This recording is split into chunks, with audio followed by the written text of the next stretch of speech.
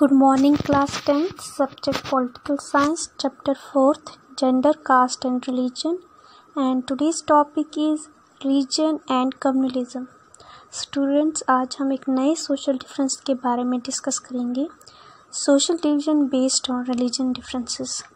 ये डिवीज़न पूरे world wide तो नहीं है, जैसे औरतों का जो इशू है, जो औरतों का जो डिस्क्रिमिनेशन होता है वो वर्ल्ड वाइड है, मगर जो ये सोशल डिफरेंस है ये वर्ल्ड के कुछ कंट्रीज़ में है और ये काफ़ी टाइम तक इसने कहीं बहुत सारी कंट्रीज़ में इसकी वजह से बहुत सारा वायलेंस हुआ है. तो इसी के बारे में आज हम डिस्कस करेंगे. First we will define religion. What is religion? मज़हब क्या होता है? A particular system of faith and worship. आपका विश्वास, जो आप इबादत करते हो, वो ही हमारा मज़हब बन जाता है. दुनिया में बहुत सारे रिलीजन्स हैं, जैसे क्रिश्चियनिटी 31%, इस्लाम 24%, हिंदुज़म 15%, बुद्धिज़्म 7%, जूडिज़म 0.2%.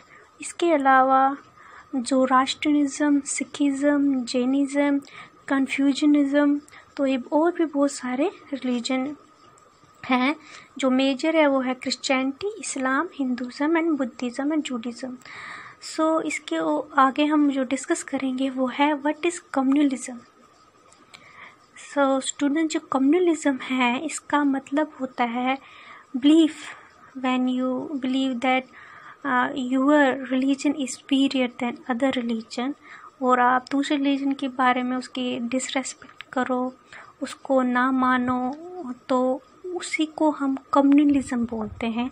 जब हम अपने रिलीजन को ज़्यादा सुपीरियर मानते हैं और जो दूसरे रिलीजन हैं, जो दूसरे मज़हब है, उनके साथ डिस्क्रिमिनेशन करते हैं, डिसरेस्पेक्ट करते हैं, तो उसी बिलीफ को कम्युनलिज़म कहते हैं.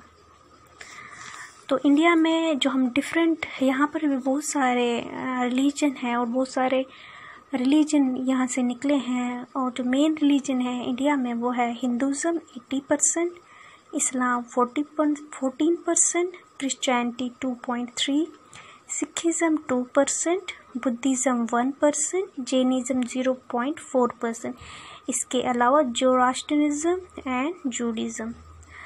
जो ये क्योंकि इंडिया में बहुत सारे मज़हब है, फिर भी जो इंडियन कॉन्स्टिट्यूशन है एज अ रेस्पेक्ट और किसी भी रिलीजन के साथ डिस्क्रिमिनेशन ना हो, उसकी वजह से इंडियन कॉन्स्टिट्यूशन ने इंडिया को एक सेक्युलर स्टेट माना, यानी कि इस कंट्री का कोई भी ऑफिशियल रिलीजन नहीं है. और अगर इसी कम्युनलिज्म को पॉलिटिक्स के साथ जोड़ दिया जाए या इसको मिला दिया जाए सियासत के साथ, तो इसके क्या नतीजे निकलेंगे? फर्स्ट, सबसे पहले इससे आम लोग अपने मज़हब को सुपीरियर मानने लगेंगे. जब पॉलिटिक्स में रिलीजन डिस्कस होता है, एक्सप्रेस होता है, ये क्या होता है, फिर दूसरे जो लोग होते हैं उनमें ऐसी चीज़ वो बिलीव करना स्टार्ट कर देते हैं कि उन्हीं का मज़हब सुपीरियर है और दूसरे का मज़हब नहीं है. सेकंड है कम्युनलिज्म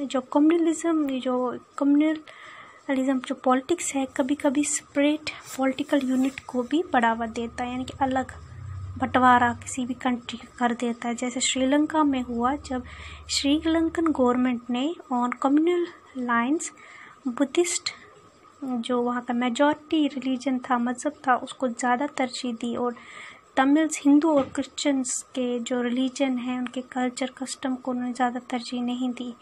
इससे तमिल्स अपने लिए अलग तमिल लैंड की डिमांड उठाने लगे और इसकी वजह से वहाँ काफ़ी वायलेंस हुई. तो ये भी बिकॉज ऑफ जब एक रिलीजन को ज़्यादा तरजीह दी as compare to other.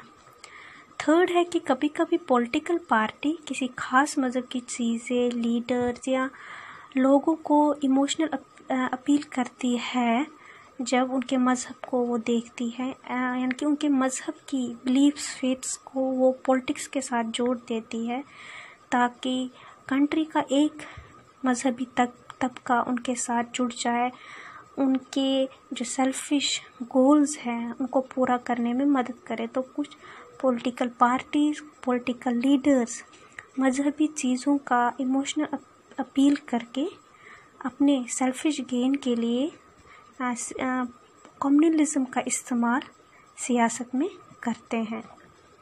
Fourth है, कम्युनल पॉलिटिक्स का सबसे दर्दनाक नतीजा होता है राइट्स यानी मजहबी दंगे। जब मज़हब के नाम पर वॉयलेंस शुरू हो जाती बिटवीन टू रिलीजन्स, जैसे इंडिया पाकिस्तान के पार्टीशन के पहले और बाद में दोनों तरफ से लाखों लोग इन मजहबी दंगों में मारे गए। जब पॉलिटिक्स का, सियासत का एक्सप्रेस हुआ इन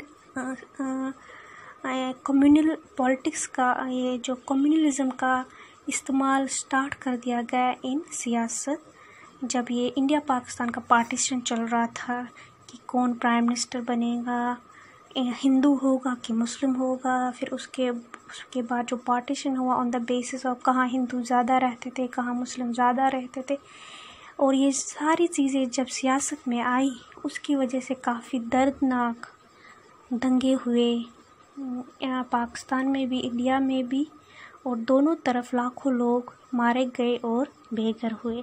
तो कम्युनल पॉलिटिक्स का ये सबसे दर्दनाक और हार्मफुल डिस्ट्रक्टिव फॉर्म होता है, नतीजा होता है। तो स्टूडेंट्स, अब आपको कम्युनल पॉलिटिक्स के बारे में पता ही चला होगा। द यूज़ और the expression of religion in politics where one religion is shown as superior to other religion is called communal politics। तो स्टूडेंट्स, ये था आज आपका topic religion and communalism. Thank you.